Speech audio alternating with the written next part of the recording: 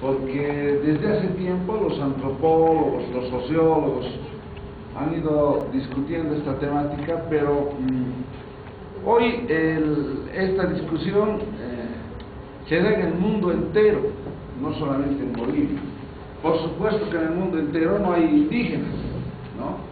Pero el pluralismo jurídico en otras latitudes se expresa, por ejemplo, en el derecho de los inmigrantes, el derecho de los gitanos, etc. Pero en nuestro caso, por la heterogeneidad de nuestra población y la composición social, cuando hablamos de pluralismo jurídico, necesariamente hacemos referencia a lo indígena, ¿no? Necesariamente. En Bolivia y sobre todo en Guatemala. Guatemala y Bolivia son los países más heterogéneos, pero no escapan a esta realidad Perú, Colombia, Ecuador, inclusive Chile y Argentina, ¿no? El norte argentino quechua y el chileno de igual manera. Bueno, entonces algo de esto es lo que vamos a ver en esta oportunidad. Vean ustedes la imagen, el dibujo. Los señores, los doctorcitos, bien trajeados del derecho ordinario frente a los otros, que jamás han sido considerados y solo recientemente se los está tomando en cuenta. Entonces, hay veces las imágenes dicen mucho. En ese sentido quiero hacer referencia a esta temática. Esto es la Facultad de Ciencias Jurídicas, la aula magna. En algún momento hemos tenido la osadía de llevar a otros personajes que precisamente no han estudiado en la facultad, ni conocen de principios, valores con los cuales nos movemos en el derecho ordinario, ¿no? Pero nos han contado sus experiencias, cómo administran justicia, cómo resuelven un caso, cómo resuelven el otro. Ellos son ex-justicias y justicias. En nuestro lenguaje son jueces o ex-jueces y actuales jueces en Ragaypampa. En Ragaypampa hay jueces que conocen los asuntos comunes, pero también hay hoy, por la temática y por lo que sucede en nuestra sociedad, también hay jueces que resuelven problemas de género, ¿no? Y también entonces hay los jueces que se llaman justicias y el secretario de género. Son ellos los que nos han ido contando algunas experiencias en la facultad. Bien, lo que vamos a hacer es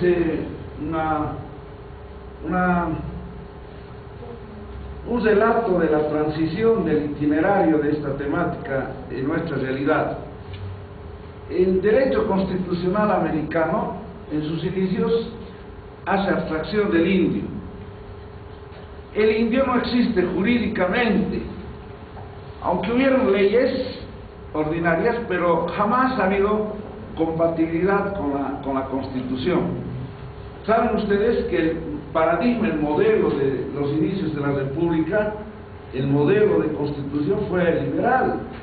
Bolívar fue el encargado de redactar la Constitución. Él se negó a redactar la Constitución porque no estuvo de acuerdo en que hay una constituyente solo en Bolivia. Por lo menos tenía la ilusión de que se haga entre los dos Perús y de esa manera pueda juntar a los dos estados. Él estaba en Arequipa en ese momento y no le gustó la idea de que se convocara una asamblea constituyente. Entonces, esas leyes, pero Bolívar dice: ya está bien, acepto, voy a hacer la constitución primera, pero voy a hacer una constitución liberal. Y liberal significaba pues ir contra los intereses de los indígenas, ir contra posiciones solidarias, comunales. Saben ustedes que el liberalismo es enteramente individual, ¿no? Entonces el indio el indígena ha sido marginado. Tan es así que, por ejemplo, se definía quién era ciudadano. ¿Quién era ciudadano? Aquel que sabía escribir y leer el español, aquel que además era hombre, ¿no? Además era hombre. Entonces, el indígena discriminado. En la colonia, sin embargo, vieron alguna posibilidad de aplicar las leyes ancestrales, las leyes de los indígenas, siempre y cuando no vaya a contradecir al ordenamiento de la colonia, a la religión, a la corona, etc., ¿no? Carlos V. Bueno, entonces hemos empezado como república, todos, estoy hablando no solo de Bolivia, todos estos estados marginando al indígena. Los antecedentes ya en la etapa republicana, estoy hablando de América, se remontan al Perú de los años 20 y de los años 33 del 1900, que reconocen al indígena. Textualmente dice: el Estado protegerá a la raza indígena y dictará leyes especiales para su desarrollo y cultura en armonía con sus necesidades. La nación reconoce la existencia legal de las comunidades de indígenas y la ley declarará los derechos que les corresponden. Este es un primer acercamiento, aunque vean ustedes, la redacción es algo así como una tutela al indígena, ¿no es cierto? No se trata en un plano de igualdad, sino como queriendo tutelarlos. Pero hay esta referencia en los años 20 y en los años 33 en el Perú, aunque toda esa larga tradición en el Perú del año 79, cuando se hace la constitución de Fujimori, se retrocede, se abandona el concepto de derecho indígena, intentando asimilar a estos al concepto de comunidades campesinas, a simples campesinos, ¿no? A los ronderos campesinos, negando la particularidad, negando la existencia de los indígenas, porque indígena no es igual que campesino, ¿no es cierto? Eso en cuanto hace al Perú y ese es su avance. Sin embargo, el hecho más importante es el año 1917, México, Querétaro. ¿Por qué? Porque ahí se origina el constitucionalismo social. Ahí se origina el constitucionalismo social, el paradigma nuevo que a nosotros nos llega en 1939, antes a España, Alemania, la constitución del Weimar, por ejemplo, ¿no? Entonces, este modelo se inicia en 1917, reitero, dando inicio al constitucionalismo social. Yo considero que es un ícono, este paradigma, es un momento constitutivo importante para el desarrollo constitucional social, y aquí incluyo esta temática que hoy nos convoca. En el plano del derecho internacional hay estos momentos. Primero, en 1919, la Liga de las Naciones. Saben ustedes que la organización que antecede a las Naciones Unidas es la Liga de las Naciones, fundada en 1919, comienza a formarse en ese contexto un derecho de las minorías en un marco de previsiones colonialistas. Es decir, se considera minoría a los indígenas, cuando la realidad no era esa, ¿no? Pero esta era la mirada, la óptica, la perspectiva colonialista, ¿no? Sin embargo, se los menciona, pero considerándolos como minorías. Adelantándome algo en el tiempo, hoy, conforme si leemos el artículo 2, los indígenas no son considerados minoría, ¿no? Son existentes, porque ellos existían antes del Estado boliviano. Pero vean ustedes, estamos en esos momentos de 1919 en adelante. En 45 se fundan las Naciones Unidas, una organización interestatal. La Liga de las Naciones era un estado, una organización eurocéntrica. El centro era Europa. El año 45, reitero, se funda la Organización de las Naciones Unidas, una organización interestatal. El 48 es otro momento importante, el 48, ¿por qué? Porque se da la Declaración Universal de los Derechos Humanos, una declaración sustancialmente de individuos, no de estados. Hoy hay algunos que cuestionan inclusive la existencia de la Declaración Universal de los Derechos Humanos. No puede haber, dice, una concepción universalista que englobe a todos,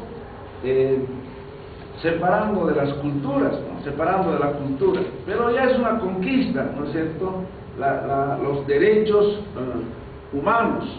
Aunque hoy ya no estamos hablando solo de derechos humanos, estamos en este contexto, en el momento actual, no solo nos referimos a los derechos humanos, sino a los derechos de los pueblos. Hemos avanzado cualitativamente en el tiempo, ¿no? Primero la Declaración de Derechos del Hombre y del Ciudadano, individualista, ¿no? El 48, la Declaración de Derechos Humanos, sin duda, bajo el influjo del constitucionalismo social y toda la emergencia social en ese sentido, ¿no? Pero la Declaración Universal no escapa, sin embargo, a esa concepción liberal, porque es una declaración de individuos, individualista, diría. El 49, el año 1949, Bolivia plantea a la comunidad internacional la creación de una comisión que se ocupe de la población indígena de América Latina. Vean ustedes el momento, el 49. Antes había sido presidente Gualberto Villarroel, y en ese gobierno se reúne a los indígenas. Hay un primer congreso de indígenas, precisamente en Cochabamba. La historia dice que se habían reunido en Cochabamba, desfilaron por lo que hoy es el Prado, y asustó a los blancos, a los caras, el que se hayan reunido, ¿no?, los indígenas en ese momento. Bajo esa efervescencia, el 49, se plantea a la comunidad internacional la creación de una comisión que se ocupe de la población indígena de América Latina. Los casos con relevancia indígena hasta ese momento fueron tratados por el ECOSOC, el Consejo Económico Social. No había en las Naciones Unidas una comisión específica que trate la temática de los indígenas. La OIT, que es una instancia interestatal con representación social de los trabajadores, se interesó por la cuestión indígena como caso de explotación social de trabajo humano. Vean ustedes, vamos a ver después, el convenio 169 de la OIT. Antes hubo el convenio 107 de la OIT. Pero ¿qué tiene que ver? Uno se pregunta a primera vista, ¿no? ¿Qué tiene que ver la OIT con los indígenas? Que no había una organización en ese momento que englobe o que trate esta temática en las Naciones Unidas. Es la OIT entonces que se interesa por esta temática, considerando como un caso de explotación social del trabajo humano. Tal vez forzadamente ha tratado esta temática. Tal vez, fruto de ese interés de la OIT, tenemos el convenio 107 de la OIT, el año 1957. Más de 50 años han pasado de este convenio, que hoy parecería que no tendría la importancia deseada si revisamos hoy en el contexto, pero en ese momento era importante, ¿no? Era importante este convenio. ¿A qué se refería o con qué estaba relacionado? Con la protección e integración de las poblaciones indígenas y de otras poblaciones tribales y semitribales en los países independientes. O sea, lo que se pretendía era con este convenio proteger, pero a la vez integrarlos. En otras palabras, asimilarlos a los indígenas, ¿no? Para tener a futuro poblaciones más homogéneas que heterogéneas. Asimilarlos, integrarlos. La integración progresiva en sus respectivas comunidades nacionales, progresivamente integrarlos a la cultura mayor, a estas culturas indígenas. Hasta ese momento, estamos hablando del contexto internacional, del contexto y en el sistema de las Naciones Unidas, han significado avances, no debemos negar estos avances. ¿Cuáles son estos avances? Se han tomado precauciones contra asimilaciones forzosas y expropiación forzosa de tierras de las comunidades indígenas. Es decir, no se los ha asimilado obligatoriamente, se ha respetado su decisión, pero tampoco se los ha expropiado, porque ellos, antes que exista, por ejemplo, Bolivia, ya existían comunidades organizadas que tenían su propiedad, Entonces, el gran avance es que no ha sido forzoso esta asimilación, no ha sido obligatorio. Pero a su vez, ha habido unas previsiones a favor de la identidad indígena, de sus instituciones y costumbres comunitarias, por supuesto, si no son incompatibles con los ordenamientos nacionales. Es decir, como un límite el ordenamiento jurídico de los estados. Ni siquiera estamos hablando de la Constitución, estamos hablando del ordenamiento jurídico de un estado. El convenio 107 no escapa a la mirada colonial, no escapa a esa mirada colonialista de asimilarlos, ¿no? De sumarlos a la cultura mayor. Muchos países han ratificado este convenio 107, Argentina, Bolivia. Bolivia el 57 estaba el MNS, no era Víctor Paz, pero estaba el MNS. Brasil, Colombia, Costa Rica, Cuba, Ecuador, El Salvador, Haití, México, Panamá, Paraguay, Perú, República Dominicana. Paradójicamente, ahí lo he puesto, no lo ratifican, entre otros, estados que tienen heterogeneidad en su población. No lo ratifica Guatemala ni Nicaragua, ¿no? Y saben ustedes que estos países tienen heterogeneidad social en cuanto a su población.